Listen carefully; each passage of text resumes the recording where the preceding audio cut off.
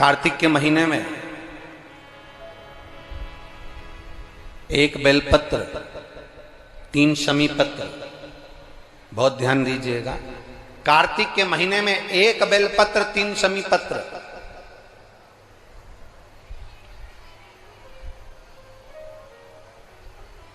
कार्तिक के महीने की दोनों अष्टमी में से किसी भी अष्टमी पर,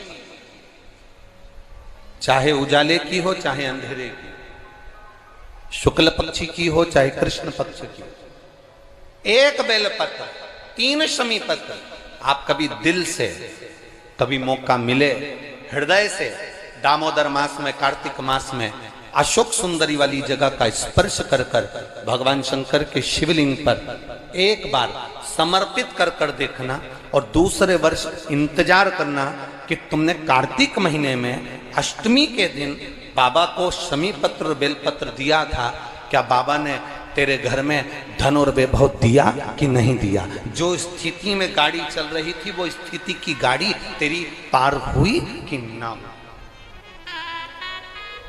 कितने बेलपत्र?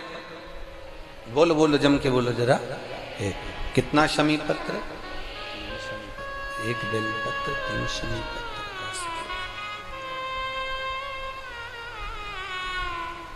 कभी स्मरण में लाइएगा।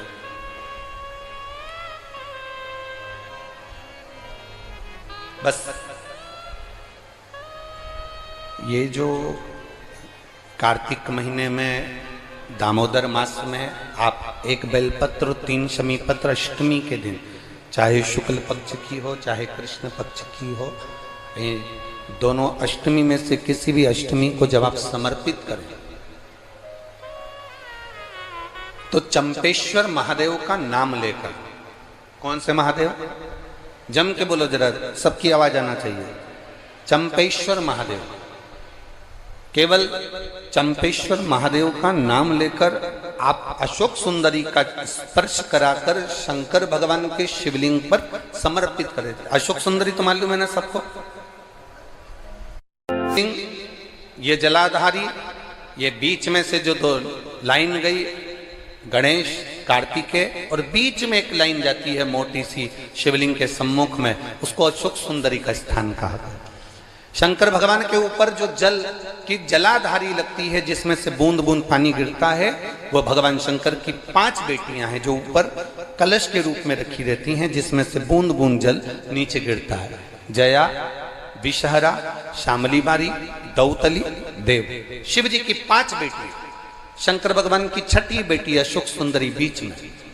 जब आप बेलपत्र 1, शमी पत्र 3, चंपेश्वर महादेव का नाम लेकर अशोक सुंदरी का स्पर्श कराकर भगवान शंकर को जब आप समर्पित करेंगे इस कार्तिक महीने में, दामोदर मास में, अष्टमी तिथि के दिन, चाहे वो शुक्ल पक्ष की हो चाहे वो कृष्ण पक्ष की हो, अष्टमी तिथि को अगर समर्पित करते हैं तो आप वर्ष भर में इंतजार कर कर जरूर बताना कि तुम साल भर पहले जितना कमाते थे, वर्ष भर पहले तुम जो व्यापार व्यवसाय कर रहे थे, साल भर से जो नौकरी के लिए प्रयास कर रहे थे, उसमें सफलता आपको अगले वर्ष की दामोदर मास आने से पहले मिली कि नहीं मिली, वो स्मरण आपके भीतर होना चाहिए।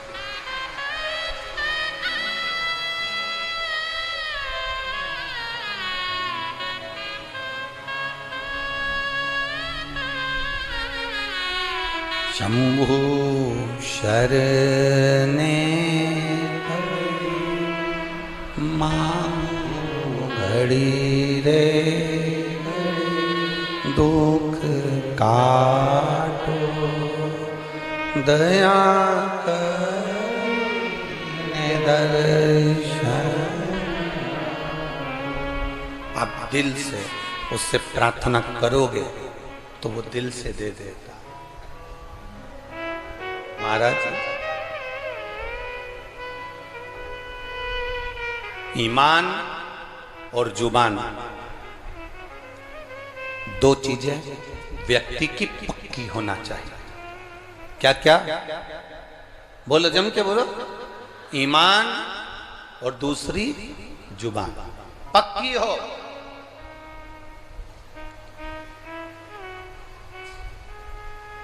आप दिल से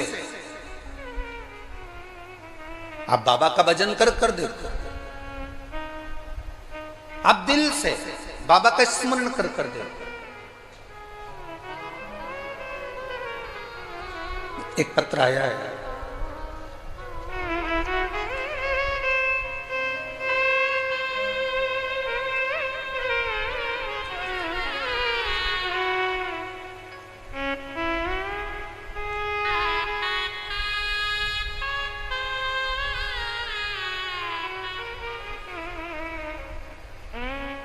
चंद्रमुखी शर्मा,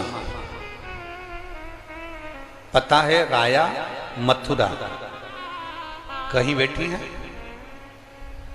हाथ हिला सकती हैं, अगर कहीं बैठी हो तो हाथ हिलाइए। आप ही हैं, दोनों हाथ हिला दो एक बार, हाँ हिलाइए दोनों हाथ, ठीक है। एक बार वापिस हाथ हिला दो। चंद्रमुखी शर्मा, राया मथुरा से रहने वाली हूं गुरुजी। बाबा का मैं क्या गुणगान करूं। मेरी बेटी मुस्कान कई सालों से नौकरी की तैयारी कर रही थी कि सरकारी नौकरी मिले, पर नहीं मिली। आखिरी में हताश होकर वो मंदिर जाना भी छोड़ी, भगवान का भजन करना भी छोड़ी। तब एक बार टीवी पर हमने कथा सुनी, और कथा सुनकर हमारी बेटी से कहा कि देख, वो महाराज सियोर वाला कहता है कि शिव जी को एक लोटा जल चढ़ाना चाहिए। मां,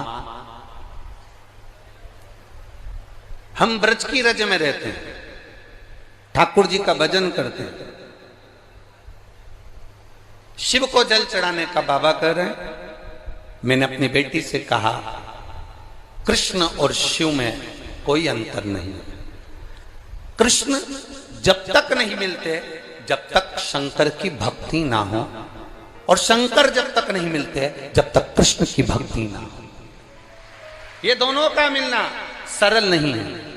मैंने कहा, जब टीवी पर बाबा कह रहे हैं, सियोर वाला महाराज कह रहे हैं कि एक लोटा जल सारी समस्या का हल, तो जड़ा चढ़ाने में जाता क्या है। माँ 7 वर्ष से नौकरी की तैयारी कर रही हूं पर नहीं मिली, तो मुझे नहीं लगता कि मिलेगी, पर तुम कहती हो तो मैं शंकर जी को जल चढ़ाना प्रारंभ करती हूँ। शिव जी को जल चढ़ाना चालू करा मेरी बेटी मुस्कान शर्मा ने। और बाबा का मैं क्या वर्णन करूं गुरुदेव। मेरी बेटी ने एग्जाम दिया और बाबा की कृपा से उसका इंडियन नेवी में हो गया। मैं बाबा को यहाँ प्रणाम करने के लिए आई हूँ। यह शिव तत्व है भक्ति, ओ घड़ी है शंभु। बैठिए बहन, हर हर महादेव। अर्थात शिव महापुराण की कथा कहती है, आपका विश्वास, आपकी भक्ति, आपकी दृढ़ता, आपका विचार जब दृढ़ नहीं होगा तब तक भगवान कैसे मिलेगा।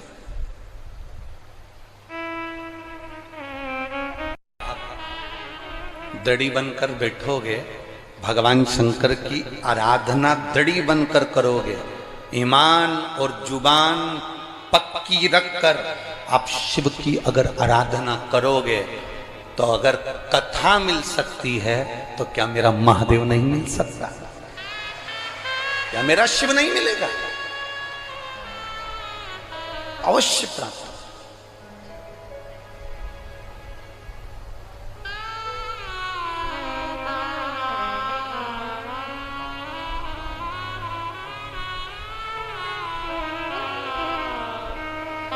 ब्रज की रज में लोग आते हैं तो पेड़ों में कान लगाकर सुनते हैं राधा का नाम मिल रहा है। ब्रज की रज में लोग आते हैं तो वृक्षों के कान लगाकर सुनते हैं कि बंसी की धुन मिल रही है। हम कहते हैं इतने खो जाओ परमात्मा में,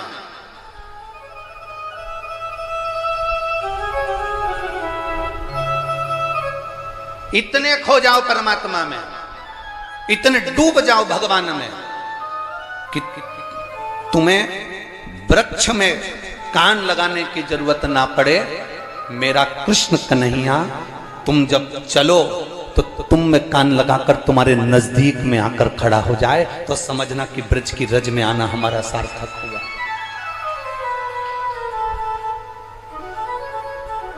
हमारा ब्रज की रज में आना सार्थक हुआ, तब समझिए आप।